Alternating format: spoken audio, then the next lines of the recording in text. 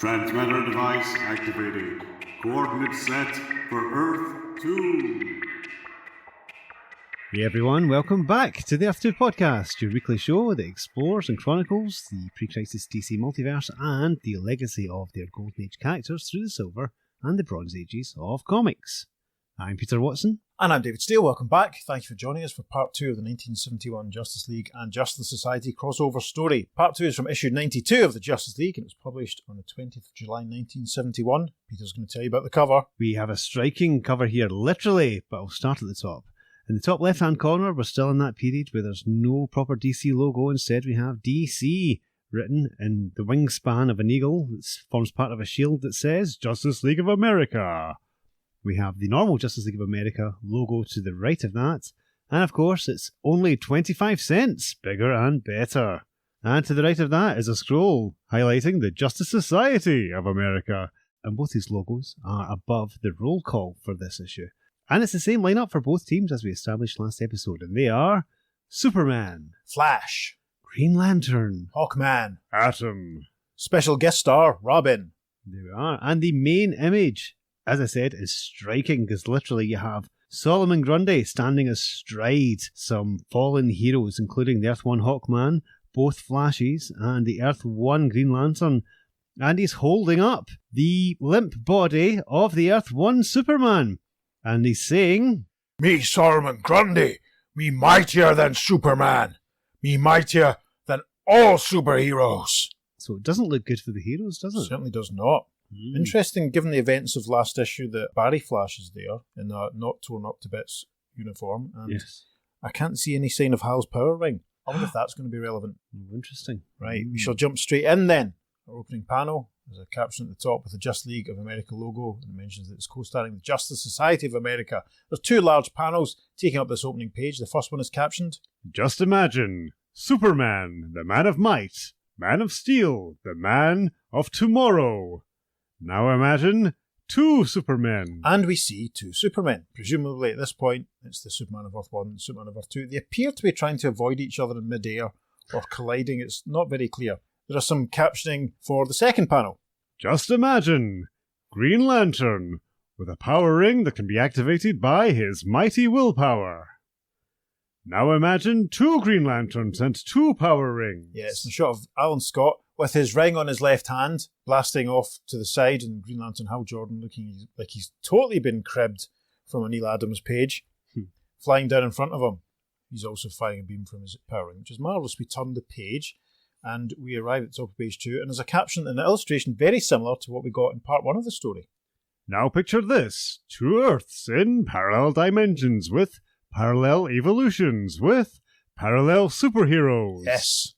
Two Hawkmen, two Flashes, two Atoms, even two Robins. Yep, there's a nice shot of the two Hawkmen flying and the two Flashes running, and the two Atoms with Ray Palmer holding on to, well, it looks like he's holding on to Al Pratt's head. Al Pratt's head fin is returned after its absence from the bulk of the last issue.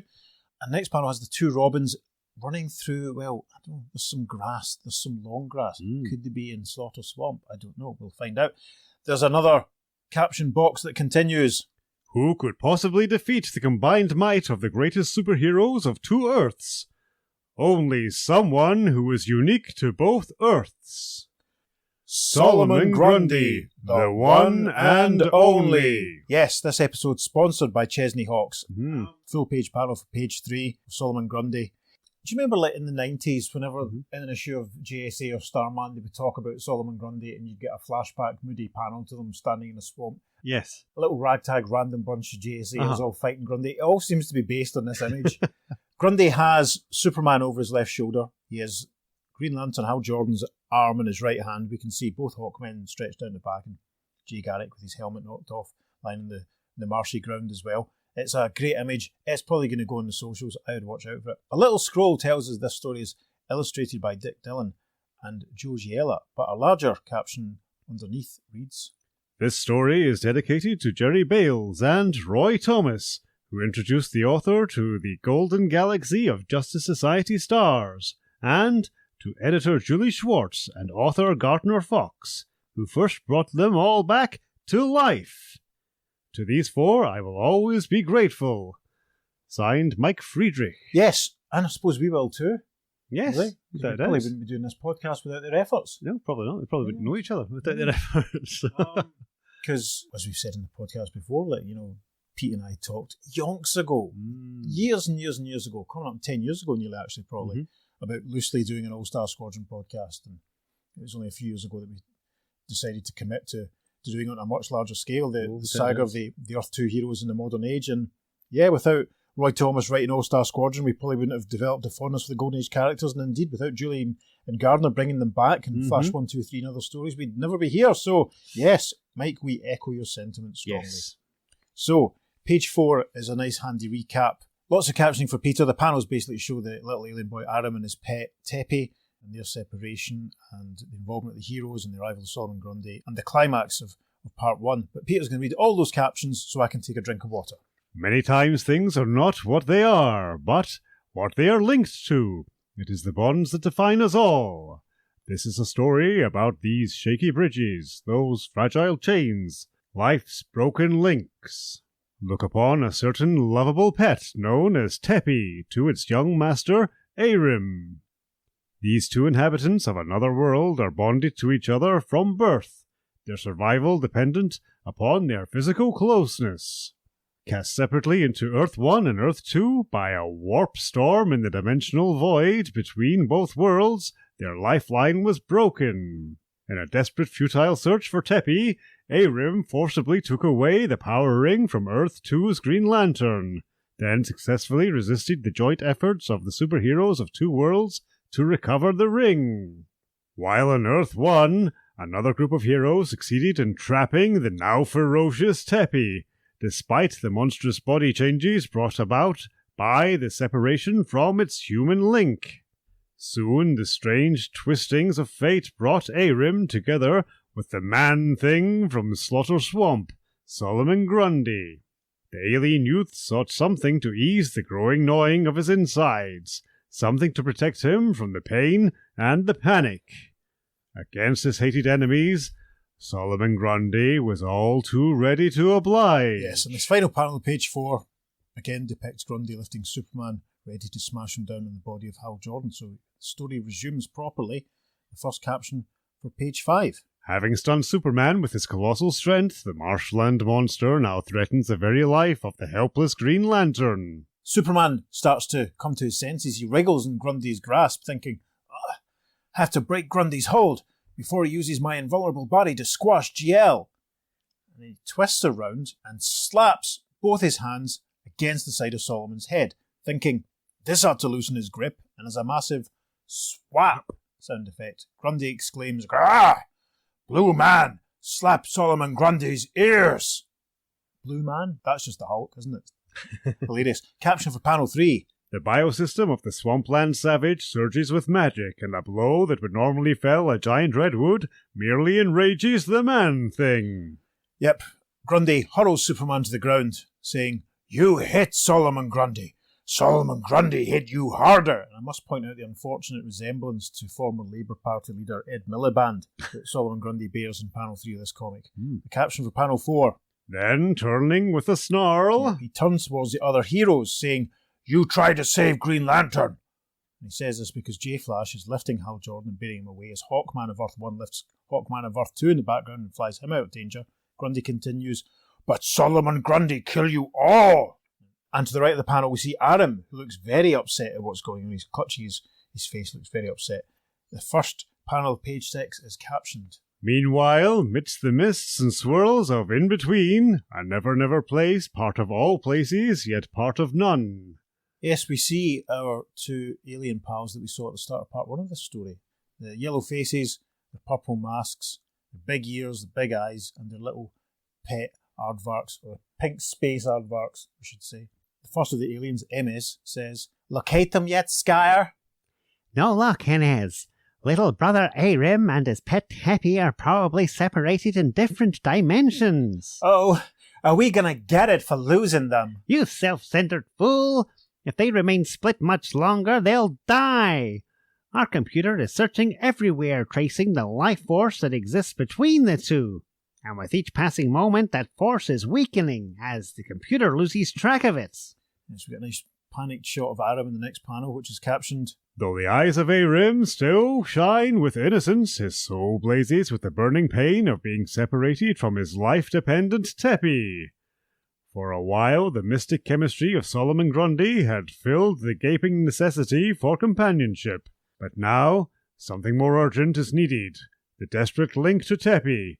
A lifeline Green Lantern can provide. Now, there's some excellent storytelling going on in this panel. And we can see in the background that Hawkman of Earth 1 has released Hawkman of Earth 2 and he's now capable of flying on his own.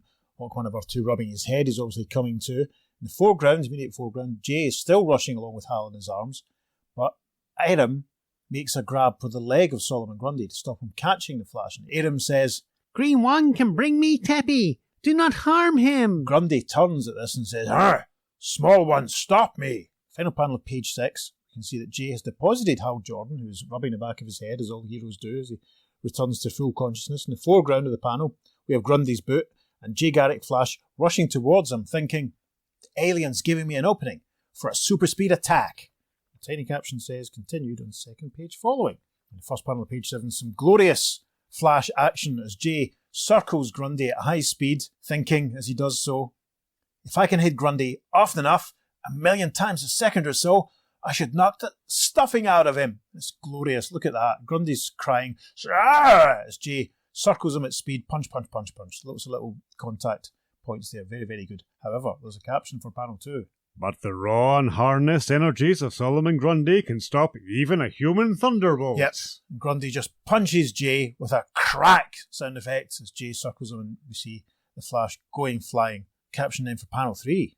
Then, before the Man-Thing can follow up his Flash advantage... Yep. Hawkman of Earth 1 swoops down to the rescue, grabbing Jay under the arms and beating him up into the air. And as he does this, he thinks, While I do the rescue bits with Flash, my counterpart is saving Superman, as GL takes off on his own power.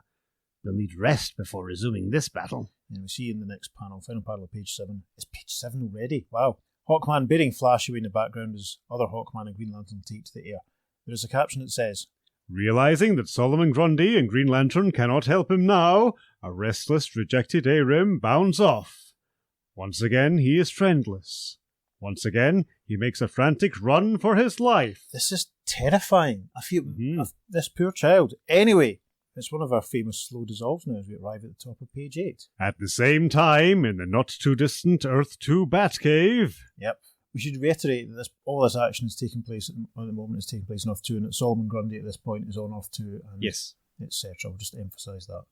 Remember that for a couple of years down the line. So, we're in the Batcave of Earth 2. We're with the two Robins, and if you listen to our last episode, or indeed read JLA 91, you'll remember that the Robin of Earth 1 was attacked by Aram, who tore the front of his uniform off. So we see the two Robins, and you can distinguish them now here, but they're different uniforms and also slightly different haircuts. Robin of Earth 2, the older Robin, is a bit of a centre parting, whereas the Dick Grayson of Earth 1 is a traditional sort of side parting. Robin of Earth 1 is saying, Phew! Some mess I am. I get smacked around with that alien kid like everyone else, and the Justice Leaguers regard me as an unproven, unfit child. Yeah, well, my reputation isn't much better. I grew up a superhero fan. I idolised them all. When I was accepted into the big-time Justice Society, I figured I'd hit the top, only to find I had to start all over again, from the bottom. We get a wider shot of the two of them in panel 2 here, and we can see the giant Abraham Lincoln penny behind Robin of Earth 2, which is cool. Robin of Earth 2 continues. If my mentor Batman had enough faith in me to choose me as his replacement, how come Hawkman won't even let me team up with him? And the very dejected-looking E1 Robin says, I'm going through the same kind of trip. Away at college, split from Batman, with the same general reaction from the JLA. Now, in panel 3, we're in silhouette. Robin of Earth 2 is obviously handing something to Robin of Earth 1. As he does this, he says, Before adopting my own new costume, here's one I considered, fashioned by a costume maker I know, Neil Adams. Robin of Earth 1 replies, Say, that's real sharp, I like it. Let me try it on. And here is a link. Two young men from similar backgrounds facing rejection and alienation, but they form a team, and from this team flows renewal. It's a very dynamic shot of the two Robins, and we see that Robin from Earth 1 is now wearing a very dynamic new uniform. Instead of his little green pixie boots, he has sort of calf-length green boots. He wears yellow leggings instead of his bare legs. and his red top, full sleeves with green gloves, as opposed to the short green sleeves. There's a black disc with an R in it, and there's a long yellow cape. I like how the cape's kind of split so it falls into two like glider arms almost. They're almost like wings. It looks are they attached to his arms? It's not too clear. Like We'll see what happens as the story progresses. But anyway, Robin of E1 looking very grown up indeed. Much less the boy wonder. He's saying, "We were down before, Robin, but now we're going to show him how high two Robins can fly." Right on, brother. Fantastic. Getting in the vibe there, Mr. Grayson. To the final panel of page 8, they're marching obviously towards the exit of the Batcave. Robin of Earth 1 is saying, "So your world has that expression too? Guess you can't have everything cool." And we arrive now at the top of page 9. While in the Justice League Space Satellite Headquarters, Back in the Earth 1 universe, we see the Flash, Barry Allen, still stretched out on the table they left him last time with his torn and damaged uniform, Black Canary keeping guard. Canary's thinking, "At last, after hours, I contacted Mrs. Barry Allen about her injured husband, the Flash. Seems so ominously quiet up here. No news about the alien beast, nor any report from Green Arrow and Batman on that emergency signal from Aquaman." shortly after, Flash is getting to his feet, very shaky obviously. Canary leans forward saying, "Flash is coming out of his coma again, still weak and delirious." Barry says, must stop him, must stop. but then a caption for panel 3 interjects and says, Just then, and appearing in the JLA transporter tube, it's none other than Mrs. Iris Allen, who's appeared quite a lot in the podcast. yes, Recent months, I suppose, as the crow flies, certainly more than some of the superheroes. Iris says as she steps from the tube, I came as quickly as I could, Black Canary. Oh, "You're just in time, Mrs. Allen. Flash can use the nursing care of his wife." In panel 4, Iris leans over Barry, saying, oh, Barry, darling. Barry replies, Iris? yes, still very hazy, Here is another bond, the link of love. In health there is happiness, in sickness there is comfort and care. From this marriage flows strength. "Oh, that's nice, isn't it?" A slow dissolve then to another member of our cast who we haven't seen much since last week. Switching to Earth 2 again and Justice Society headquarters a few hours earlier. Yes, we're in the company of Green Lantern Alan Scott, who's walking along a corridor thinking, "No word from the JSA yet about that alien lad who took off with my power ring after wailing the tar out of me." There's a knock-knock sound effect. And Alan thinks, someone at the door. And then there's a massive, weird doorway suddenly open. Either the heroes have shrunk. And in flies Hawkman of Earth 2, bearing the Golden Age Flash gigantic, Hawkman of Earth 1, who must be mighty indeed because he's carrying Superman, and then ring aloft, Hal Jordan, Green Lantern of Earth 1, flies in saying, Quick, get out whatever medical facilities you have. "Wow," replies Alan. "What'd you run into?" Trouble. Big trouble. Reaffirms Hal. We arrive at the top of page 10. Superman and Flash are sat in some sort of recovery position. The two Hawkmen look on. Alan is observing them as well. Green Lantern Alan Scott says, "Superman, Flash, they going to be all right?" Hawkman of Earth 2 replies, "No problem. They're made of pretty strong stuff." And his Earth 1 counterpart says, By this time, Solomon Grundy must be threatening his entire area. Now that we've taken a breather, the three of us have to return. and this prompts Hal Jordan, Green Lantern, to say, Make that 4, partner. We need my namesake's experience. That's why I brought along my power battery. Hal gestures with his ring and his power battery comes flying in. That's very handy that he thought to do that. Mm-hmm. And he continues in the next panel saying to Alan Scott, To fashion a limited power ring for you. Care to join in reciting my oath? "It's my greatest honour, Lantern." And then the caption for panel 3, Then feathered furies watch a sacrosanct scene, the solemn charging of the rings. this is a great panel. It might end up in the socials, I don't know, but we can see both Green Lanterns touching the power battery with their rings as they recite, "In brightest day, in blackest night, no evil shall escape our sight. Let those who worship evil's might beware our power, Green Lantern's light." Then the caption for the next panel. Then Green Lantern Hal Jordan's got some headphones on. He's saying, our JSA communicators just picked up a call from the Robins. They found the trail of the alien boy. He split off from Solomon Grundy. everyone looks a bit upset at this in the next panel. Hawkman of Earth 2 says, "Those Robin kids." And his Earth 1 counterpart says, We told him to keep out of the way. Green Lantern Alan Scott joins in saying, "Whoa, I think you two Hawks are overreacting. Age has nothing to do with capability." Can it? The more time we give Solomon Grundy, the more monstrous he gets. And that was Hal Jordan at the end there. In the final panel of page 10, Green Lantern Alan Scott is marching away saying, "You heard the man, let's go." And then Hawkman of Earth 2 replies, "You Lanterns tackle Grundy. We'll handle the young alien." So, Page 11. Have you ever felt a hole in your gut? A hand wrenching your stomach, twisting it into so much shredded cheese? So this first panel, page 11, we see Aram, the alien child, almost in convulsions on the floor. It's very upsetting. There's a large old house in the background behind him, and another caption that says, Then perhaps you can comprehend the struggling, pain-racked, dying Aram. He's gained possession of a power ring that his alien senses tell him can bring him his life-saving pet, Teppy. And we're reminded of this with a shot of Aram holding Alan Scott's Green Lantern ring. The caption continues. His will is his desire, a combination that activates the ring. And we cut back to his brother and his pal on their spaceship, as MS says, Skyer, look! The link force has suddenly turned stronger. Somehow the two have established contact. And as the puzzled Aram wonders how to power the ring... Yep, he looks up and sees the two Hawkmen arriving. Aram cries, Birdman, fly to me. Do they keep Teppy from me? Caption for the next panel. Once again, Aram utters alien sounds that are misunderstood. Yep, this is the trouble. This is bothering me about this story. Is the almost complete lack of empathy the heroes are showing. They're doing nothing to calm down this frightened and lost youngster. Hawkman of Earth 1 is saying, Listen to him snarl. Looks like we've beaten the Robins here, says the Earth 2 Hawkman. Surround him, but be careful. He's almost as powerful as Superman. Caption then for the final panel of page 11. Seeming like praying vultures to the weakening boy, he responds with a defiant rant. Yep, he obviously cries out again, but we don't hear what he's saying. A full moon actually looms in the background here. Take a drink, listeners. Hawkman of Earth 2 says, He's holding up GL's ring at us. If he knows how to control it... And there's a weird sort of woo sort of line in the background. I'm maybe guessing that's what the Hawks hear when they hear him talking. It was a guap in the previous panel. It wasn't too clear.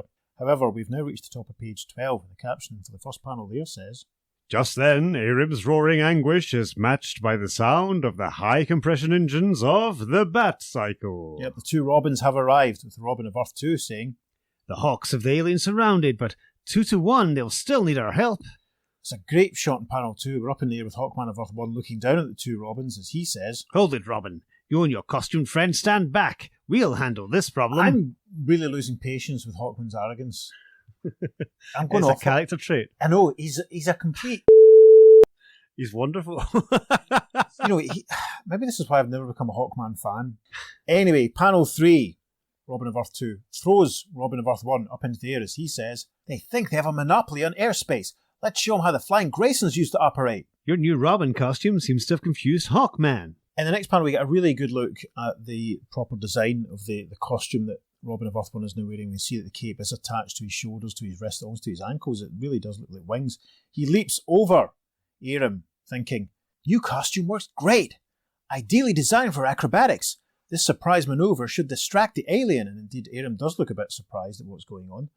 And in the next panel, you see the Earth 2 Robin hurling something towards the alien child, thinking, My good old Batarang still comes in handy. And then he's successful in panel 6, as the Batarang soars past Aram and manages to hook the power ring from his grasp. Robin thinks, A perfect ringer. And in the final panel of page 12, we're back with MS and Skyer in their spaceship. There's a weird jaggedy effect to this panel. One of them says, Life contact has been broken. Aram hasn't got a chance now. Oh my gosh, things are getting serious. I wish there was some way of telling the heroes what was going on. I'm getting so frustrated.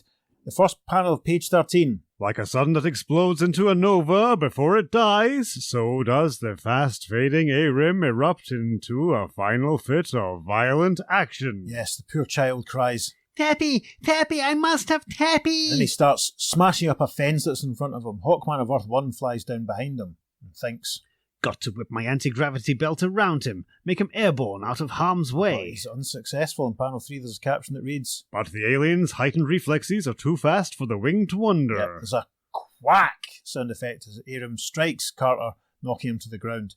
Caption for panel 4. Then, out of the darkness, another bird leaps to Hawkman's aid. Yep, Robin of Earth 1 leaps out, striking Aram and making him sort of pause. Hawkman struggles to recover in the foreground. The final panel of page 13, Dick Grayson of Earth 1, Robin of Earth 1 confronts Aram and says, Okay, Junior, I'm joining your swinging party. In the first panel of page 14, well, Dick very helpfully tells us what he does, as he says, First, a karate chop to disarm you. He knocks the stick out of Aram's hand.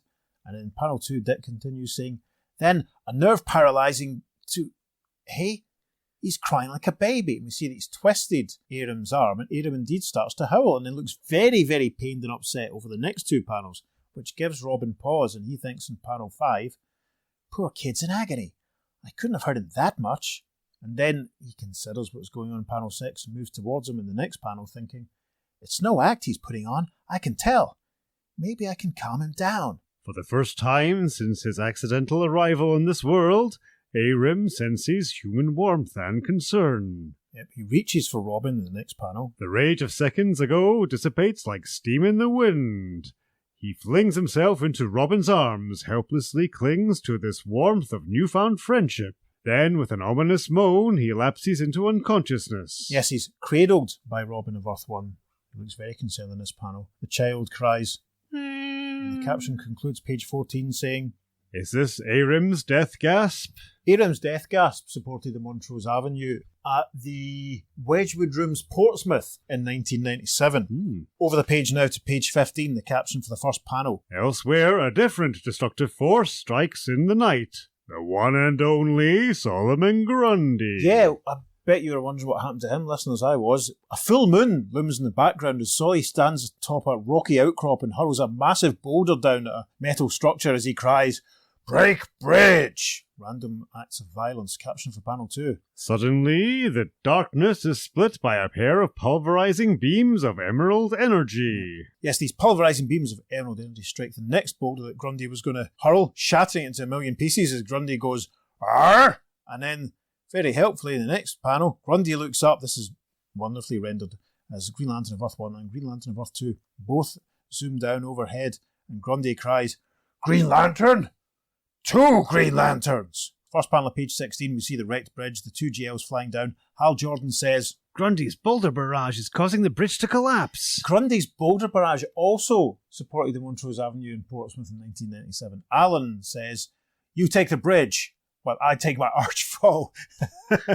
Then Hal Jordan starts noodling an amazing, guitar solo. Grundy turns towards Alan in panel 2, crying, Me hate Green Lantern, me kill him. Your ring not hurt Solomon Grundy. Alan thinks, he could be right. I can't seem to get much fight power out of this ring, as he tries to blast Grundy with his ring that Hal Jordan set him up with. Caption for panel 3. While at the falling bridge, another power ring failure. Hal's having some trouble. My power ring's fizzling out. Apparently the dual sharing of the power battery has drained each ring of its effectiveness. Well, he should have thought of that before he left the house. Caption then for panel 4. Frantically calling his namesake to his side. 2 Green Lanterns fly down towards the bridge, both firing power beams at the structure, restoring it, and Hal says, See, it takes 2 rings to operate as efficiently as 1. And he continues in the next panel. Say, that's our clue. By working together, combining both our wills behind our single power source, we can unleash enough emerald energy to zap Grundy. Alan replies, It's worth a try. Let's do it. And a tiny caption says, Continued in second page following. We passed an advertisement that encouraged you to finish high school at home, and top of page 17, the first caption says, Here is yet another life link, the age-old bond of battle. 2 green gladiators intently join their determined wills, and from this union under fire comes an irresistible force, against which there can stand no immovable objects. Which is Mike Friedrich noodling away when basically all he could have said was the 2 Green Lanterns combine their power beams which zap Grundy and force him to the ground. Gosh. And from this life link flows victory. Yep.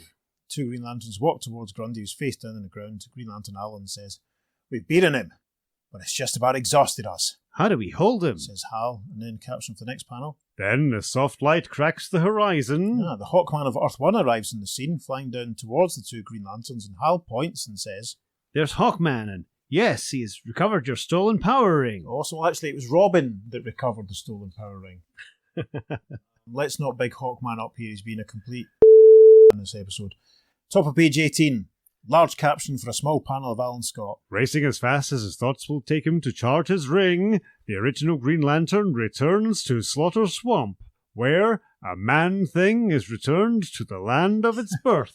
Yes, I'm tempted to get a tweet out of this panel as the 2 Green Lanterns just fly overhead and with a kaplop just drop Solomon Grundy on his backside on the ground. Both Green Lanterns are firing their power rings in the next panel. Alan is saying, "This entire swampland is totally desolate, devoid of life." Good enough. Says Hal. Who'd want a monster for a neighbour anyway? They clarify what they're up to in the next panel. It's done. Our combined power ring energy has created a barrier Solomon Grundy can never break out of. Yeah, panel 3, we can see that they're both firing their power rings, creating a large circular fence or ring around the swamp. And then the next 3 panels, as Hal narrates, is a sequence of Grundy trying to punch his way out unsuccessfully. And the final panel, page 18, shows Grundy marching off with a caption that says, Perhaps here too is a link. A unique swamp and its resident man-thing creating the bond called home, from which flows contentment. That's probably going to be the last we're going to see of Solomon Grundy for a while. Try and remember that, listeners. JLA issue 92, Summer 71. Remember that for if, when he ever pops up again. So, a slow dissolver at the top of page 19. And what of the parallel menace on Earth 1? Yes, we're suddenly back with the Superman of Earth 2. Remember him? And the Atom of Earth 2, Al Pratt, and the Atom of Earth 1, Ray Palmer. And they're all looking down at Teppy, who's surrounded by some movement lines. As Ray Palmer observes, alien beast is shrinking, losing its fierceness. So naturally, we can expect to see a similar situation on Earth 2. Yes, the 2 Green Lanterns, the 2 Hawkmen, and the 2 Robins watching as Aram shrinks back down to size as well. Hal Jordan says, The lad is changing, getting weaker. Hawkman of Earth 1 says, He's no longer a threat. Robin of Earth 2 thinks, Something wrong here. Hawkman of Earth 1 says out loud in the next panel, From what Superman told us about the beast on the other Earth, I'm glad we didn't have to battle both aliens together. Green Lantern of Earth 2, Alan Scott, says, Yeah, bad enough that coincidence once again had us fighting a similar foe in our separate worlds at the same time. And this causes consternation to the 2 Robins, who both look very puzzled and say question marks out loud. Caption for the next panel. To put almost imperceptible clues together into a single idea is a rare talent provided by common training from the 2 greatest detectives of 2 worlds. Robin of Earth 1 points to the shrinking Aram and says, Wait a minute, you guys are missing the boat. This boy's dying, which prompts Hal Jordan to say, Maybe it hasn't been coincidence. Maybe we've got to bring the boy and beast together for them to survive, to live normally. That would explain a lot of things that have been happening. Let's give it a whirl. And for the next panel, we cut back to the 2 aliens in their spaceship and a caption that says, But is there enough time? Very pained Emerson and Sky are looking at their readouts and their pets are looking very pained as well. One of them says, The lifelight is almost out. Aram and Teppy are in the throes of death. Why'd I ever think ride-joying in between dimensions would be fun? Who indeed, Space Alien Guy? Over the page to page 20. The first panel has a caption that says, While Skyer's heart bears the scarring responsibility for his actions, the Green Lanterns lead the way across the bridge between Earths in their desperate mission of mercy. Yeah, we see a Hal Jordan creating a bubble which is carrying the 2 Robins, and Alan is creating a bubble which bears the 2 Hawkmen and Aram. Panel 2, all the heroes stand united. We can see both Supermen and both Atoms and both Robins and both Hawks and both GLs. Hal is bearing Aram down, putting him on the ground beside Teppy. As Hawkman of Earth 2 says, This has to be one of the wildest ideas I've ever heard, Robin. But something about it just seems right. And then Robin of Earth 2 says in the next panel, Right as can be. With us, it's in union there is strength. And Robin of Earth 1 says, With those 2 aliens, it's in union there is life. And we see a delighted Teppy and Aram coming together, reunited. Hal and the 2 Supes and everyone all look around watching. It's fantastic. And then we cut back to the spaceship, and Emmis is saying, Skyer, the lifelight is blazing bright. It's a miracle. And indeed, there's a big red light flashing on the screen in front of them, and Skyer says, Aram and Teppy are together again. It'll be easy to find them now. And then, the caption for the final panel of page 20. Shortly, Al Pratt looks to the sky and observes a spaceship. And his Earth 1 counterpart stood on his shoulder says, I bet it's connected with our extraterrestrial visitors. Sure it is, Ray. Over the page to page 21, Aram and Teppy are being beamed up into the spaceship as Atom Al Pratt says, You're a winner, Tiny Titan. They're going back home. Inside the spaceship, we see the aliens all happily reunited as Skyer lifts his little brother and cries, Ennis, we've both learned a valuable lesson from this experience. Yes, Skyer. We've even grown enough to face the music for hijacking this spacecraft. Gosh, a slow dissolve. Caption for the next panel says, On Earth 1, a couple of heroes face their own music. yeah, we see Hawkman of Earth 1 shaking hands with his Robin, saying, Put it there, Robin. I owe you an apology. and his counterpart shaking hands with the adult Dick Grayson, saying, same goes for me, Robin. Guess we old fogies tend to ignore your training, enthusiasm, your new perspectives. To which Robin replies, Oh, come off it. I've been with you long enough to know your experience is probably the best teacher a guy can have. and then the caption for the next panel, As each of the heroes goes his own way. yes, very odd. Nothing to indicate the JSA is actually returning to their own Earth, but we see the JSA heading off one side of the panel and the Earth 1 heroes heading off in the other direction. Robin of Earth 1 looms large in the foreground thinking, well, back to my interrupted case and my original uniform. Funny thing though, I kinda like this one. I just may keep it. And the caption underneath that says, What do you think, readers? Would you like Robin to switch to this new costume? Write us, let us know, editor. and the final panel of page 21 is a close-up of Robin of Earth 1 as he thinks, wonder where Batman is. This must be the first time he was in on the beginning of a Justice League case, but not the end.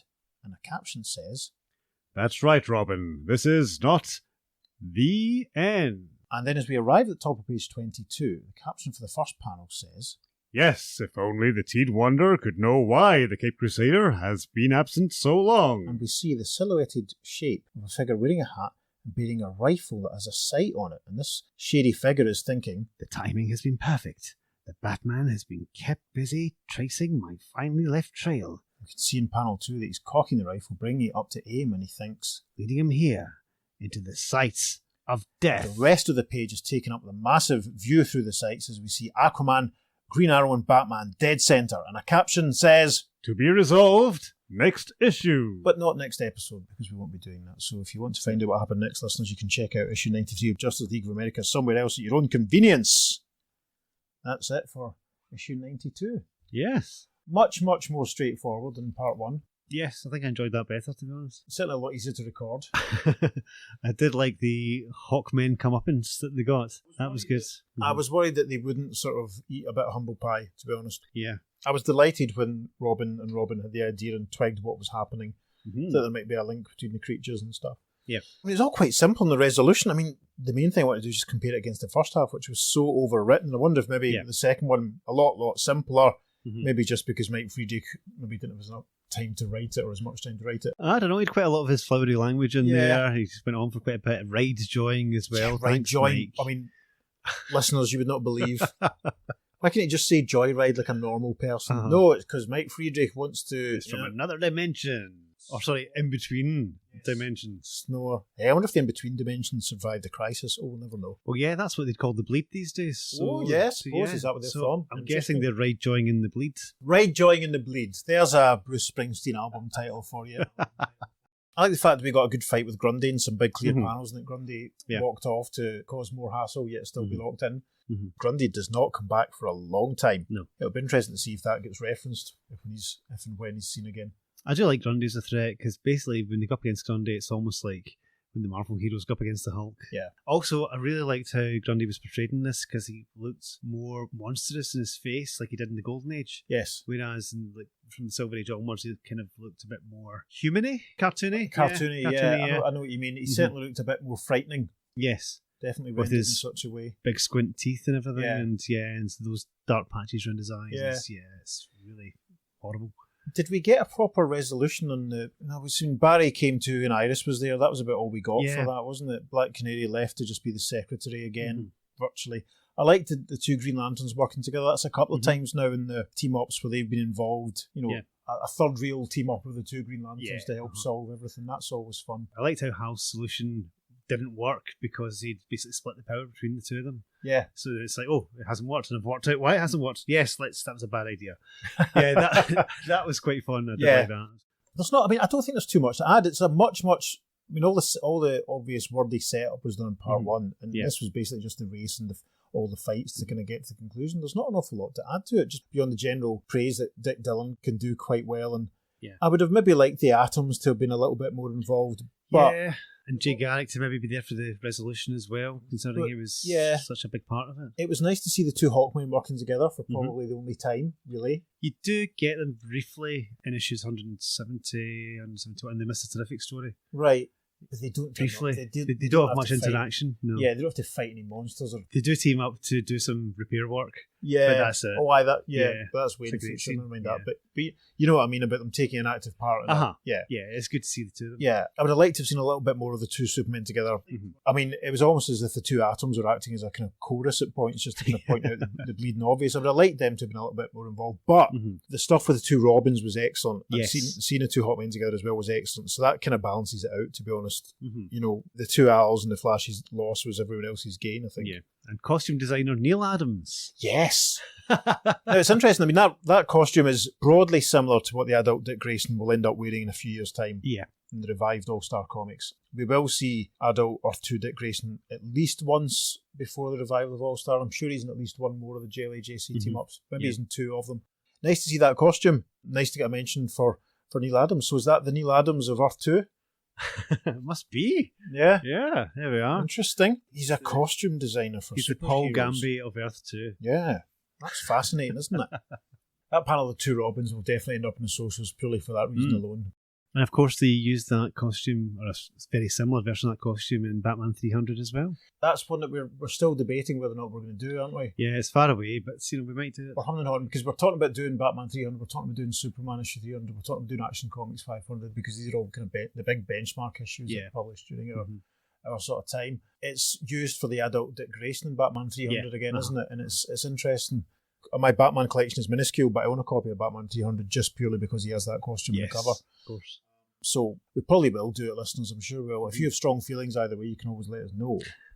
I don't really have too much more to say about the story, do you? The soap opera aspect that Mike Friedrich's bringing in is quite interesting with the whole... Oh, you mean the links between the stories? Yes, the old school 60s Doctor Who style? Yes, it does add something new to the storytelling. Well, yeah, I mean, it's creating the interest and the incentive for the reader to come back and follow the next issue. I mean, we talked about, in our preparation for this episode, I suggested that we did the final page of issue 90 as a pre-credits for issue 91, but they're really so similar, it would have been very repetitious and a bit daft. And it's also identical to the cover as well. Yeah. So, you know... So you'd have been sick of Batman moaning about the Flash being dead and Peter having to talk about Flash's tattered uniform.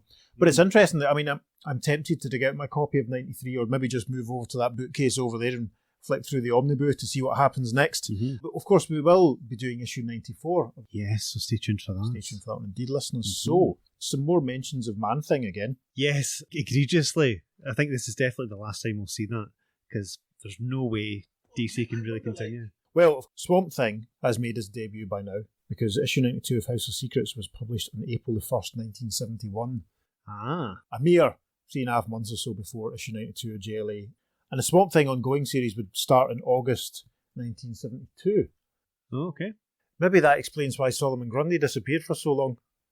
Maybe he thought it was bad enough they were calling him Man-Thing, but now that DC were publishing Swamp Thing. Yeah. I suddenly think, listeners, I'd love to see a Swamp Thing versus Solomon Grundy story. Yes, can you imagine? Yes. A few years' time, maybe. So the Man-Thing stuff, it just cracks me up, especially as they kept using it after the character appeared.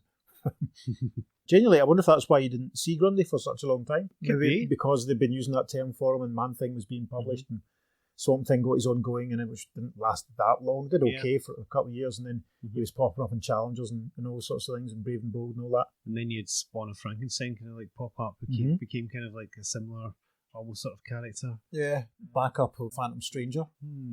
Interesting. Yeah. Speaking of backups, there are a couple of reprint backups in this very issue. The first one is a reprint of the One Man Justice League from Flash issue 158.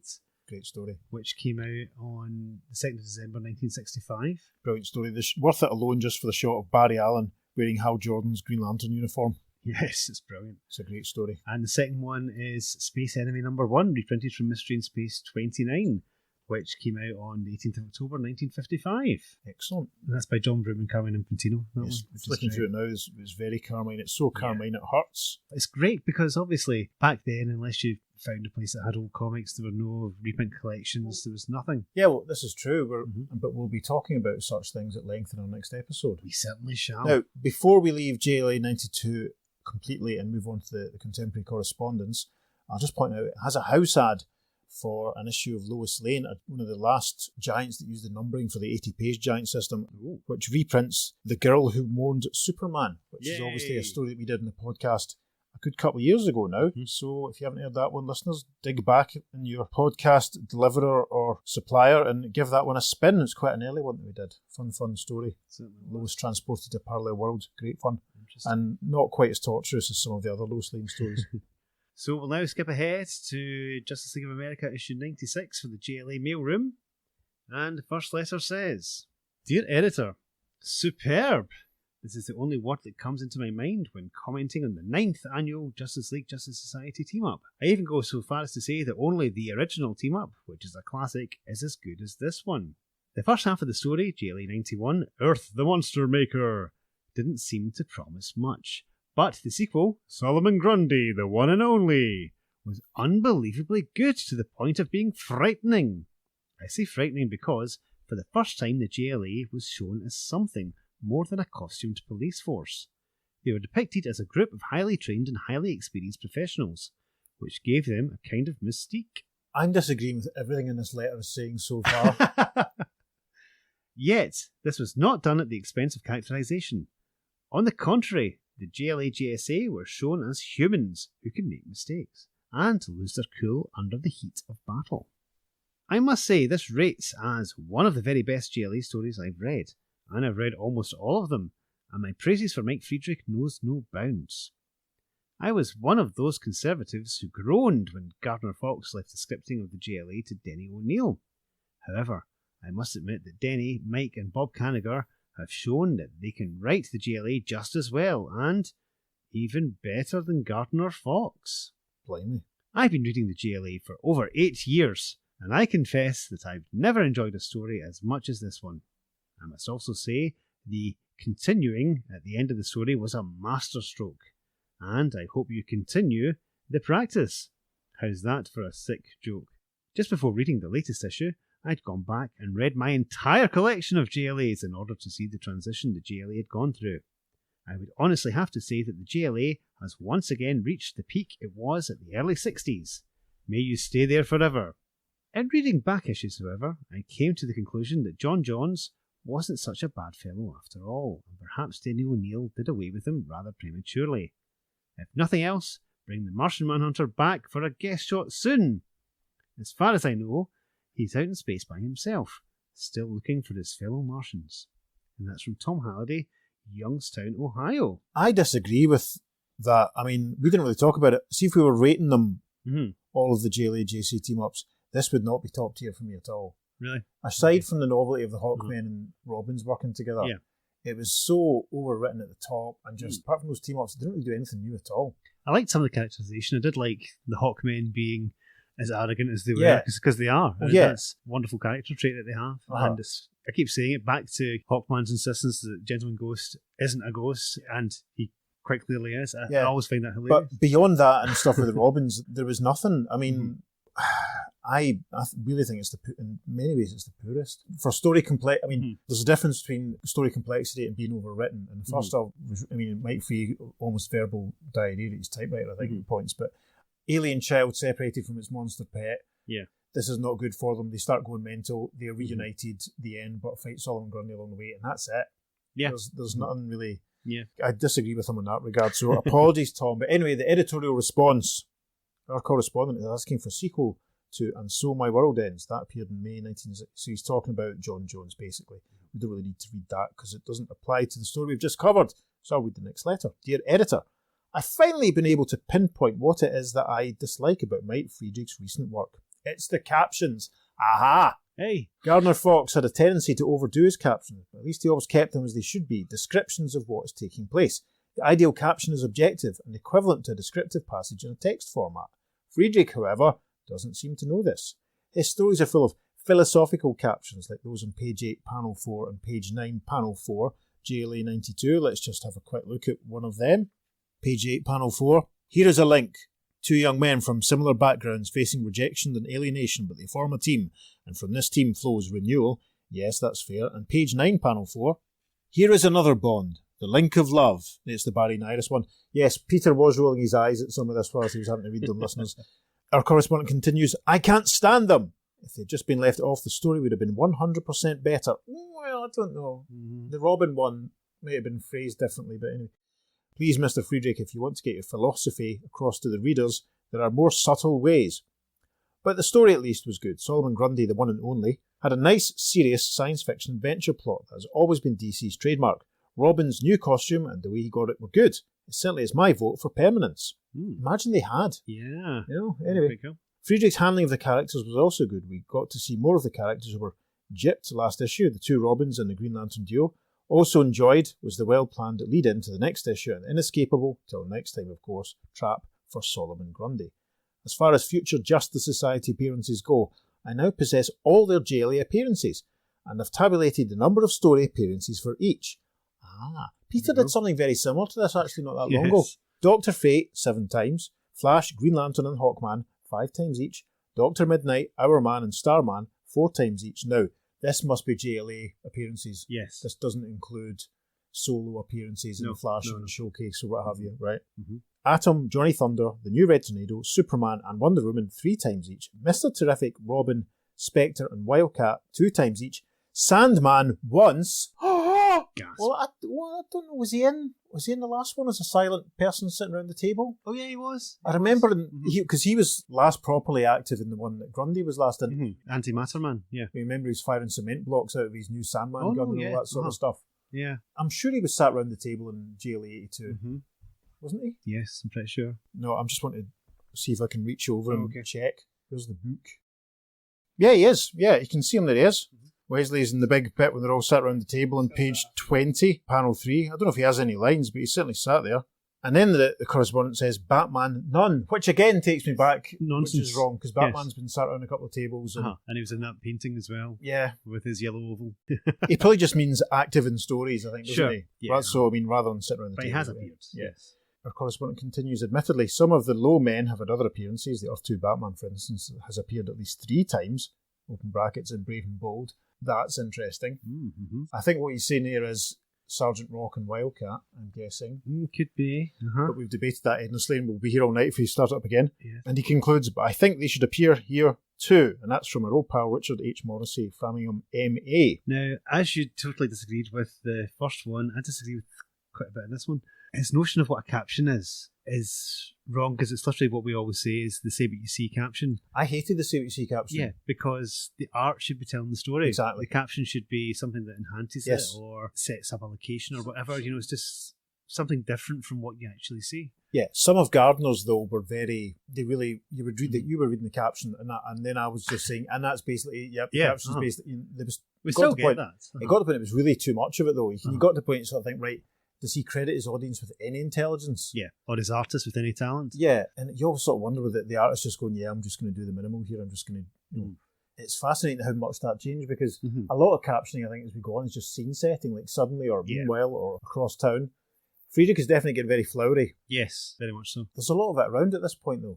Bob Haney as well has been doing interesting with captions. Roy's heavily active at Marvel at this point, isn't he? Yep. Roy Thomas and, Roy's flowery writing is not something that, anyone could dispute, I don't think. Yep. Editorial response then to Richard H. Morrissey is, by a stroke of coincidental fortune, the next JLA GSA adventure will coincide with the publication of issue 100.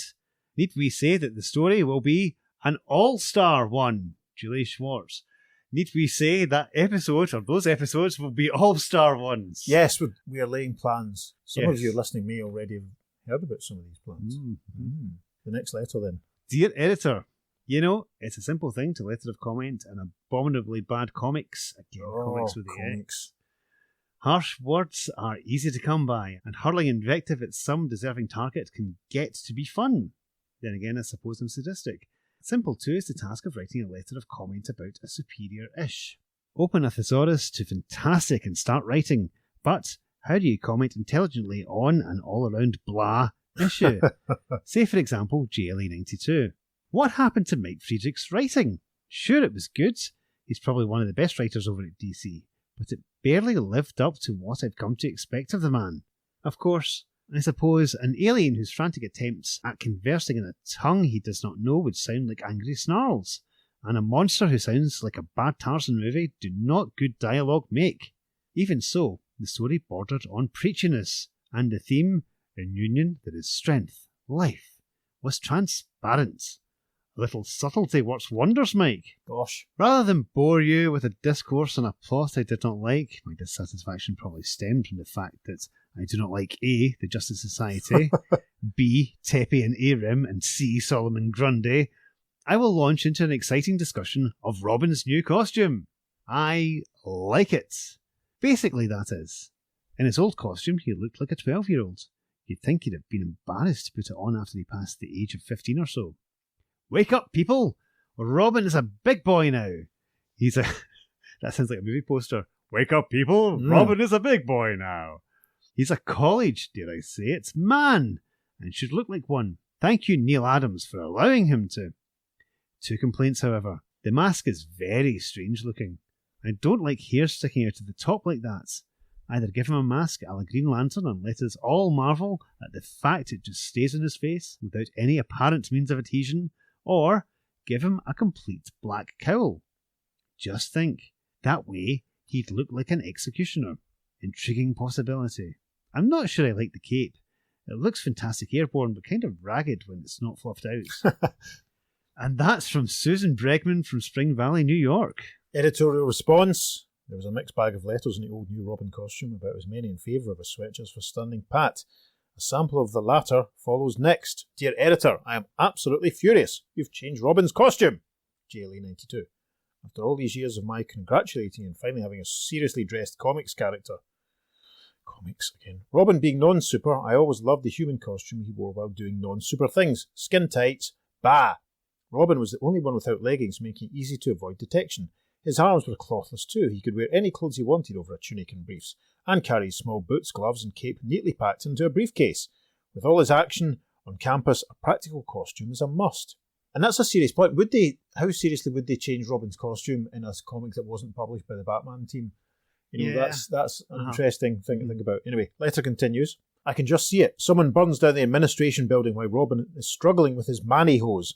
I'm never going to read your stupid comics again. Hey, wait a minute. The next to last page of the story? Can it be? Oh, Happiness Unbounded. You're going to give the fans a choice. Thank you. Thank you. May the red and green Robin of Happiness forever remain in his former costume, and I'll love you forever. The story and art were great. I got so carried away with the righteous indignation I almost forgot about the story. Hey, I know. In JLA stories, have Robin wear his new costume, and in all other mags, have him dress as old. How about it? And that's from the astonishingly named Mercy Van Vlack, Norristown, PA. Don't tell Mercy about Nightwing. Editorial response. What? Let Robin have a double identity as well as a double uniform? That adds up to a double no to us, Julie Schwartz. And the next letter says, Dear Editor, I just can't get my mind off JLA92. I just can't believe it. What I mean to say is that Mike Friedrich just wrote the greatest JLA story I've ever, the greatest story I've ever read in any comics. Stop saying comics. And honestly, the best story they've ever read. Grief. He writes a better story each time. The first half was overflowing with action, but the second part really hit home with Solomon Grundy, the rejection and the mutual bond between the two Robins, the tender moment of healing love between Iris Allen and her injured husband, the great team power which has lain dormant in the JLA for so long, and I could go on forever. But the one great calamity which rose above all of Mike's indignant series of plots and subplots was the ordeal of poor Arim. Mike's unbeatable writing had me in pain when Arim was in pain, in tears when Arim was in tears, and I could feel every agonising moment that Arim felt being away from his lifelink Teppy. And Robin's embrace of pity and reassurance really projected Mike's realistic writing abilities. About the dedication, I'm glad to see Mike still likes Roy Thomas, even though he writes for your competition. Maybe God will forgive him. Maybe God will also forgive Kathy James for calling Mike a crummy little writer in the JLA mailroom of issue 92. If anyone doesn't like this story, it's only because he isn't mature enough to appreciate the great writing skills that Mike Friedrich has. And that's from Mike Friedrich's mum. Sorry, And that's from Doug Michael from Enid, Oklahoma. Gosh, no editorial response to that. The best JLA story ever? No. Well, there you go. Strong disagree. Not even the best, by any stretch, the best Mike Friedrich story we've done by any stretch. I'd take the Harlan Ellison torture over that one again. Anyway, dear editor, good afternoon and welcome to another potpourri of Chasma commentary. This afternoon, the topic of discussion is that supergroup of the 70s, the Justice League. I thought supergroup of the 70s would have been the Jacksons or Crosby, Stills and Nash or Paul McCartney's Wings, the band the Beatles could have been. Yes. Anyway, I guess this is as good a time as any to bring up the radical thought that the Just League of America should officially become the Justice League. Ooh, 16 years ahead of your time. After all, in those confused days of communication failures and ridiculously disputed borders, who needs a chauvinistic group of super beings to claim only a small part of the planet as their home base? Wow. Besides that, America is not the United States of America. Furthermore, a goodly percentage of the Justice League aren't even native to the USA. By no means is this an attribute to be looked down upon. I merely observe that they have somewhat arbitrarily chosen America, that is, the United States thereof. Superman is a Kryptonian, and is having doubts about his place with any of human calibre. Hawkman is a Thanagarian. Why the heck does he even bother to hang around here anymore when his police studies assignment must have expired a long time ago? That's a fair point. Yes, true. Aquaman is, although American-born, king of the seven seas, and isn't there a law saying that no American citizen can hold a title of royalty and still retain his citizenship? Green Lantern has pledged to protect all of Earth. Black Canary is of another Earth, and as far as I know, she's never applied for citizenship on this Earth. Retired members John Johns and Wonder Woman are from Mars and Paradise Island respectively, and I don't believe the latter even gained her citizenship legitimately. The original concept of a Justice Society of America had its purpose in the patriotic 40s, but that concept has little or no place in the global village of the 70s. So, let's hear it for the Justice League. Why, the headquarters isn't even America anymore, but 22,300 miles out in space. Well, let's call a halt to this bombastic barrage of Tasmanian divilry. And with a hearty, curb your exclamation point and a healthy Shazam, he vanished from sight. And that's from Charles Chasm, Meyerson, Orland Park, Illinois. Go away, Charles, you're overdoing it, but I suppose it's an interesting point. And, you know, say 16 years ahead of his time, because I think Justice League was Justice League for many of those reasons. Yes. Editorial response? Almost sounds like a case of America. Love it or leave it. Nothing changes, does it? Gosh, Julie Schwartz. Yeah. Shocking. Well then, listeners, that's it for the 1971 Justice League Justice Society crossover. Probably the most simplistic one of them all. Yes. Peter's trying to be tactful, listeners. He doesn't, and I'm not being downly negative on it. It was fine. I mean, it was, as we've said, the good stuff of the Robbins Hawkman bit. Yeah. And I suppose you could argue maybe it was nice to have a smaller, intimate threat rather than universes colliding and all that. Yeah. Maybe next time there'll be a bit more to it. Next time there'll be a lot more to it. Mm. Yes. Now, if you want to let us know what you think about this story, you can get in touch with us by emailing us at theearth2podcast@gmail.com. Make sure you follow us on social media, because we're posting up lots of bonus material for this and indeed every episode on Facebook and Instagram at the Earth2 Podcast and on Twitter at podcast_Earth2. And you can always leave us a voicemail. You can go to speakpipe.com/the Earth2 Podcast and leave us a message. We might even play it on the show. That'd be lovely. Please do. Anyway, if you're feeling generous, you can go to wherever it is you receive your podcasts and let them know what you think. And as Peter said in our last episode, spread the word, tell your friends. We're grateful to those like our pals Ross and Rich and Max, because they often share our posts. But get involved. Spread the word. Tell your mum about the Lord of Batman or play her that episode. She'll love it. This is our fourth year of releasing episodes. Yes. Fourth calendar year. That's insane. Mm-hmm. Gosh, with many more to come. Indeed. And on that bombshell. I've been Peter. I've been David. We'll see you again very soon on the Earth2 Podcast. Transmatter cube activated. Return coordinates set for Earth Prime. But now we're going to show them how high two robins can fly. It would be funny if you'd said how two high robins can fly. Wow, man. And F2 Robin says, "Right on, brother."